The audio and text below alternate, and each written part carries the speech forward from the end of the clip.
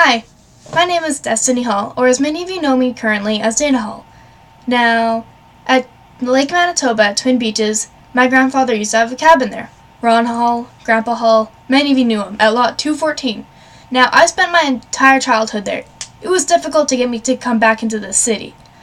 Now, up until 3 years ago, 2011, there was a huge flood. Now, that destroyed our property. We couldn't go out there anymore. That was taken away from us. Taken away from all the other kids that would come enjoy the land too.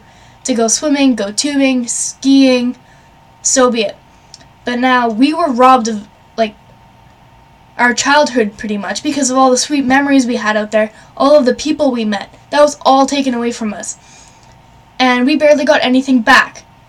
Even though we still have some friends and family out there we can come visit, but now that's being jeopardized too. Since the Portage Diversion was opened in 2011, that took out way too many cabins, people's retirement homes, people's permanent homes, and so much more too. But now, 3 years later, in 2014, the government has decided to open up the Portage Diversion again, and even widen it. So now there's more masses of water coming into the Lake Manitoba, but nothing is being taken out. So how do you fix a flood with a flood? Obviously add more water, because apparently that's the logic that's being used here. Now, from the news the other night, many of you probably saw it, that apparently this flood's okay because apparently we all know what to do this time. It's like, no, this is not how it works. People are still recovering from all the damage that their cabins took. Taking all their money, putting it into getting their cabin lifted, pulled back, whatever is needed to do to keep their cabin safe from the water. I mean, many of cabins were fine, but the water damage was way too much, and there was a mold alert that had to be taken down, because you can't live in mold. So out of everything that happened to my cabin, where I grew up, made all those precious memories, all those precious friends, this was the only thing I was able to save.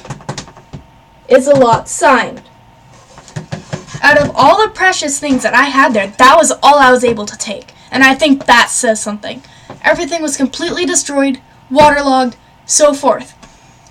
And did any of us have a say in this? Did any of the people who actually have places out at Lake Manitoba have a say? No, of course not. Because apparently our opinions do not matter at all. So, now all the adults are like, oh my gosh, what are we supposed to do? Putting all their money into something that's probably going to be coming down very shortly? It's like, the government's only thinking, oh, it's only the adults affected by this, you know? False! That is not true. There are kids who live out there. Like, let's take me and my brothers, for example.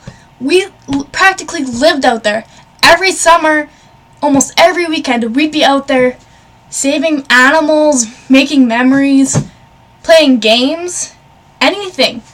Now, future generations will not have that chance. I'm lucky I got to experience all that. Otherwise, I would not be who I am today. It's not just the adults suffering from this, it's the kids too. More importantly, the kids.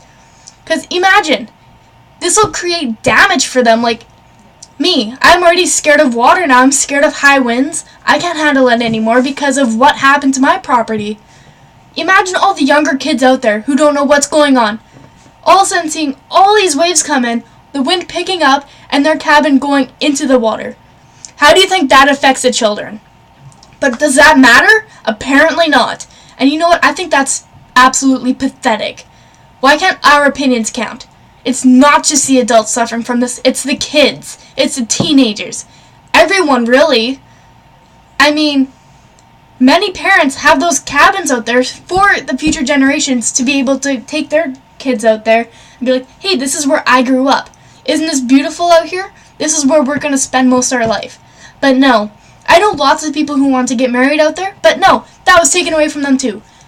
There's many more damage that had occurred, but that was just in 2011. Now, let's zoom 3 years ahead to now, 2014. We're still suffering from the flood, the water is way too high, and what has the government decided? Let's open it again! Because how do you fix a flood with a flood? Obviously flood it again! Logic. But people are still recovering from this. What's going to happen now? What's the point? But our opinions don't matter. Nothing we say or do is going to help anything. And honestly, it's just a piss off. Because I had hoped to be able to go out there any time in the future. But no. Our neighbors are having troubles now too. And our ramps are being destroyed, and that's pure concrete.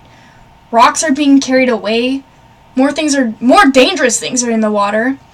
And I think it's not fair. So do many others. But again, our opinion apparently does not matter. I mean, we're the residents of out there. I think our opinion should count the most. How about the government just stop and think about us for a moment, if that's even possible? Because it's not them being affected by this, it's us. It's completely unfair to almost everyone out there. Even people who were planning on buying lots, the public beach even. People went out there even for the day and enjoyed it out there. Said, oh hey, come on kids, let's go to the beach, let's have a beach day. No, that's going to be taken away shortly too. How much more is it going to take until they finally open their eyes and see what's really happening? Can we just put a stop to this? Finally, please.